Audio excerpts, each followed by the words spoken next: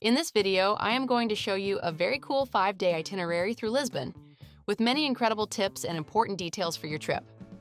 Hi everyone, I am Livia, a traveler passionate about Europe, and I am going to help you have the best possible trip there. Many people ask me how many days are necessary to truly know Lisbon. The ideal for a first trip is at least 5 full days. This allows you to visit the main monuments without rushing and still manage to feel the soul of the city, sitting at a viewpoint or strolling through the narrow streets of Alfama. If you have 7 days, even better, as you can easily include further trips like Sintra and the beaches of Cascais.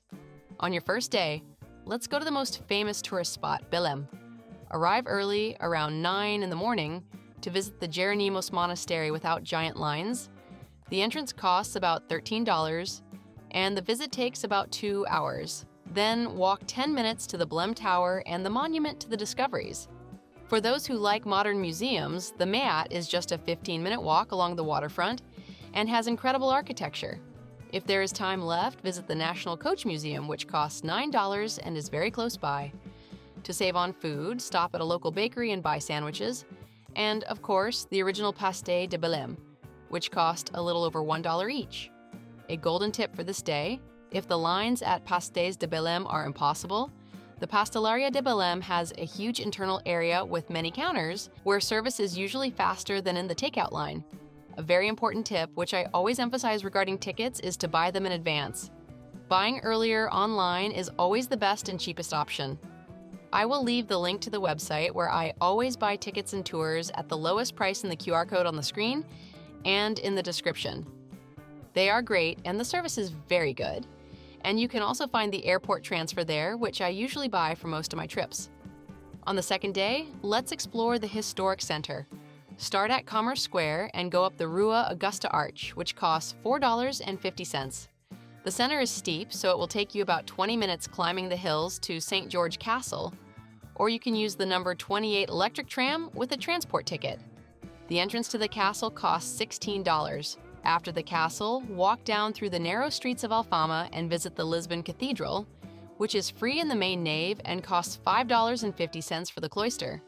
For shopping, Rua Augusta and Rua Garrett in Chiado concentrate major brands and historic stores like the Bertrand Bookstore. For lunch, I recommend the Time Out Market, where you can find dishes from renowned chefs for very affordable prices, around $16. If you want something sweet, try the ice cream at Santini in Chiado. Take advantage of the climb to Chiado to see the viewpoint of São Pedro de Alcântara, which has a beautiful garden and one of the most complete views of the city, including the castle and the river. On the third day, let's get to know the modern side, the Park of Nations. To get there, take the red subway line to Oriente Station, a masterpiece by the architect Calatrava. This is where the Expo 98 took place. Visit the Lisbon Oceanarium, which is one of the largest in the world, costs about $27, and the tour lasts 3 hours. In the afternoon, take the cable car ride over the Tagus River, which costs $11 round trip for a panoramic view. Children will also love the Pavilion of Knowledge, which costs $12 and is a 5-minute walk from the Oceanarium. To save money, have lunch at the food court of the Vasco da Gama shopping mall, which is right in front, or have dinner at one of the several restaurants on the Avenue of the Oceans with a view of the river. Transport tip: use the Navigante card loaded in zapping mode. It works for the subway, buses, electric trams, and even boats, being much cheaper than buying a single ticket at the time. To help you choose the hotel in the best possible region, I created this personalized map which explains exactly which is the best area to stay there. We will leave the link to this exclusive map in the QR code on the screen and in the video description, ready for you to search for your hotel. It will open on the hotel website that I always use, as it is the largest in the world and always has the best prices. And it has always worked out great. On that page, I will also leave the links to the hotels where I have already stayed, and that are great options. The tip I think is most important for saving on accommodation, and which has already saved me a lot, is the strategy of booking in advance. The earlier you book, the less you will pay. That is why we really like using this website we recommend. Besides having the lowest prices, it has free cancellation with almost all hotels. You can book as soon as possible to guarantee a much lower price, and If you need to cancel later due to any change of plans, it is very easy and at no cost. And remembering that, in the link below, I always leave everything you need to set up your entire trip at the lowest price on a single page.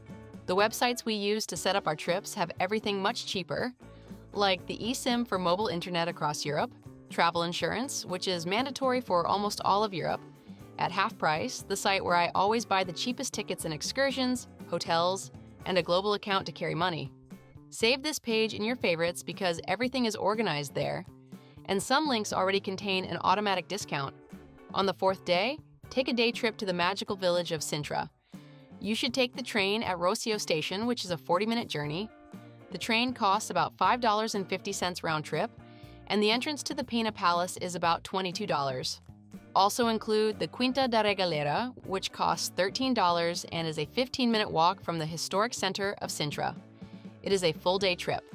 To eat, do not miss the travesseros at the famous Piraquita.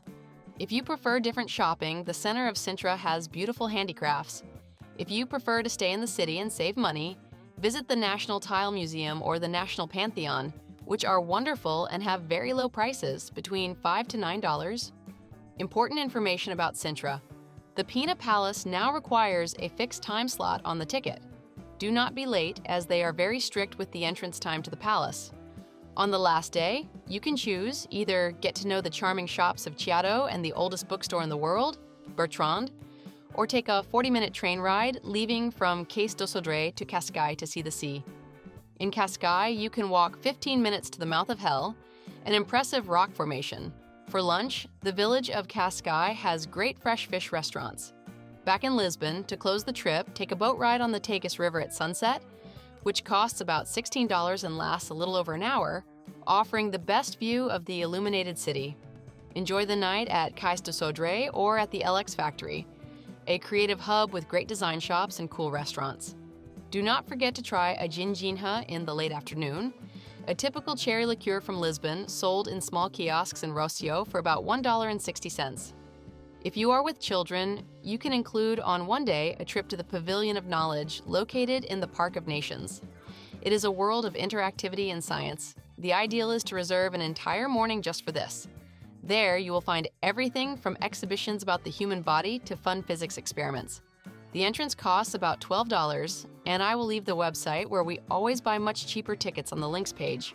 If you like this itinerary, like the video and subscribe to the channel. Comment your main questions about Lisbon and I will help. A kiss and see you on the next trip.